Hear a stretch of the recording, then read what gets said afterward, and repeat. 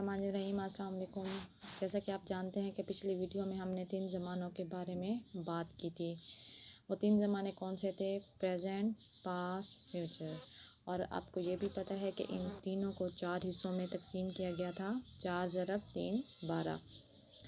और आज इन्हीं 12 को समझने की बारी है। इन 12 में से अगर आज हम 4 को ही डिस्कस करेंगे, लेकिन अगर हम इन 12 के 12 को समझ लेते हैं तो सारे के सारे टेंस हमें आसानी से समझ आ जाएंगे। तो इन सब को शुरू करने से पहले कुछ रूल्स होते हैं या कुछ चीज़ें होती हैं जिनके बारे में हमें जानना बहुत ज़रूरी होती है। सबसे पहले तो आपने कुछ चीज़ें सुनी होंगी, 3 चीज़ें, कुछ रूल्स होते हैं जैसे सब्जेक्ट, ऑब्जेक्ट, वर्ब। आपने ये तीनों कोई ना कोई इन तीनों में से आपने कभी ना कभी इन तीनों का नाम तो ज़रूर सुना होगा। Subject, object, verb. जैसा कि मैं मिसाल देती हूँ, I play football. I subject है, मैं, आप, सीमा, नादिया, कोई भी। ऑब्जेक्ट फुटबॉल है, क्रिकेट है और कुछ भी। और जब हम वर्ब की बात करते हैं, प्ले, प्ले खेलना, कूदना, जागना, सोना, ये सब चीज़ें वर्ब में आ जाती हैं। अब हम इन तीनों को वो फिट इसमें इन मुख्तलिफ जुमलों में हम फिट करके देखेंगे। दोस्तों, आपने ये तो सुना होगा कि वर्ब की 3 फॉर्म्स होती हैं, जैसे प्ले, प्लेड, प्लेड, ईट, एट, ईटन। तो आइए अब हम इनके टेंस को शुरू करते हैं। सबसे पहले आज हम देखेंगे प्रेजेंट इंडेफिनिट को।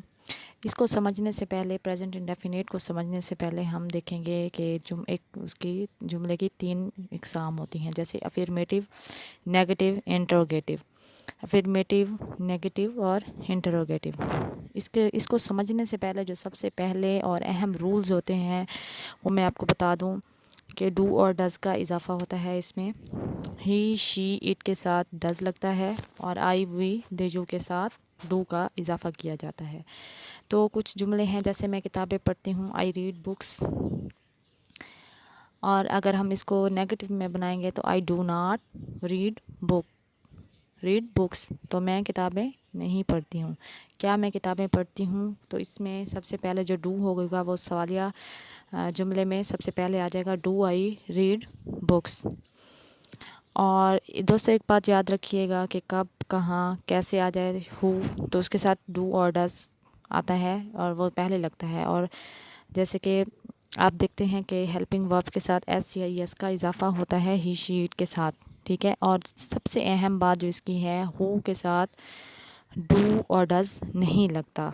Who read books, who reads books, किताबें कौन पढ़ता है, ठीक है। तो ये आपने याद रखना है, डू और डज़ वहाँ पर ख़त्म हो जाता है जहाँ पर हु आ जाता है। इसी तरह अब हमारा दूसरा टेंस शुरू हो जाता है, पास्ट इंडेफिनिट। पहले हमने पढ़ा प्रेजेंट इंडेफिनिट और अब हमारी बारी है पास्ट इंडेफिनिट की। पास्ट इंडेफिनिट में कोई काम हो चुका है, बहुत जो अरसा पहले हो चुका है। कब शुरू हुआ था ये हमें नहीं पता, बस ये पता है कि बस हो चुका है कोई काम। तो इसमें जो है सबसे पहले रूल्स जो होते हैं, सेकंड फॉर्म लगती है इसमें। जैसा कि मिसाल के तौर पर तुम उर्दू बोलते थे, you spoke Urdu, speak, spoke, spoken, यानी कि दो सेकंड फॉर्म ऑफ वर्ब लगेगी। यू के साथ डिड नॉट आ जाएगा, यानी कि डिड नॉट।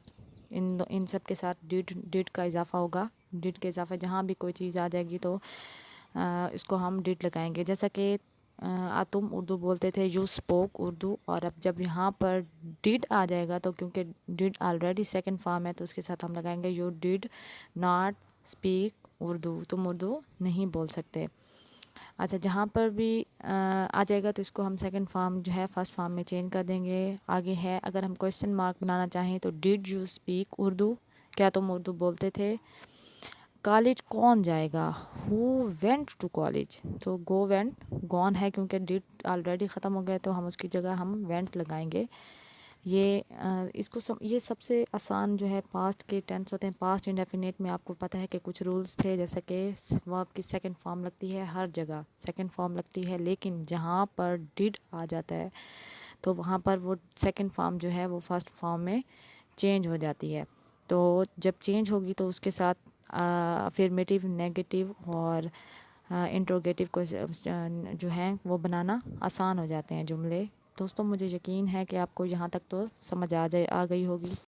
دوستو جیسا کہ آپ جانتے ہیں ہم نے پریزنٹ انڈیفینیٹ اور فیوچر انڈیفینیٹ کو سمجھ لیا ہے اچھے طریقے سے. مجھے یقین ہے کہ آپ کو سمجھ آ جائے گی. اب ہم سمجھ آ گئی ہوگی. اب ہم دیکھتے ہیں کہ فیوچر انڈیفینیٹ کیا ہے. فیوچر انڈیفینیٹ بہت ہی آسان ہے. مستقبل میں کام ہونے والا ہے. میں یہ کام کروں گا, میں کھانا کھاؤں گا, میں پیوں. ہم سادہ اور آسان لفظوں میں کہہ سکتے ہیں کہ مستقبل میں ہونے والے کام کو ہم فیوچر انڈیفینیٹ کا نام دیتے ہیں. اس کے بہت ہی آسان ہے دوستو. اگر ہم اس کو سمجھنا چاہیں تو سب سے پہلے اس کے کچھ رولز ہیں. رولز میں سب سے پہلے رولز کیا ہونے ہیں. سب سے آسان ہے اس کے ساتھ ول لگتا ہے. آپ کو پتہ ہے کہ پہلے زمانوں میں ول اور شیل کا استعمال بہت زیادہ ہوتا تھا. اب شیل کا کوئی رولا نہیں رہا, تو اس لیے ہر ہی sheet I we they you کے ساتھ ہی ول لگے گا. سب سے پہلے ہم اس کا جملہ بناتے ہیں. تم اردو بولو گے. You will speak Urdu. First form of verb اس کے ساتھ لگتی ہے یو ول اسپیک اردو. تم اردو نہیں بولو گے. You will not speak Urdu. کیا تم اردو بولو گے. Will you speak Urdu. تو سب سے آسان ترین ٹینس جو کہا جاتا ہے وہ فیوچر انڈیفینیٹ ہے. لیکن باقی بھی آسان ہے, لیکن اس میں کوئی ایسا مشکل نہیں ہے کہ آپ کو سمجھ نہ آئی ہو. مجھے امید ہے کہ آپ کو یہ 3 ٹینس سمجھ آ گئے ہوں گے اور آپ ان کی اچھے طریقے سے پریکٹس کریں, جس سے آپ کو بہت زیادہ مدد ملے گی. اور سب سے اہم بات ٹینسز کی یہ ہوتی ہے کہ ہم انہیں روزمرہ زندگی میں استعمال کریں. روزانہ کی بنیاد پر ہم ان کی پریکٹس کریں گے تو یہ ہمیں اچھے طریقے سے آئیں گے. تو نیکسٹ ویڈیو میں اگلے 4 ڈسکس کریں گے. دیکھنے کے لیے شکریہ. اللہ حافظ.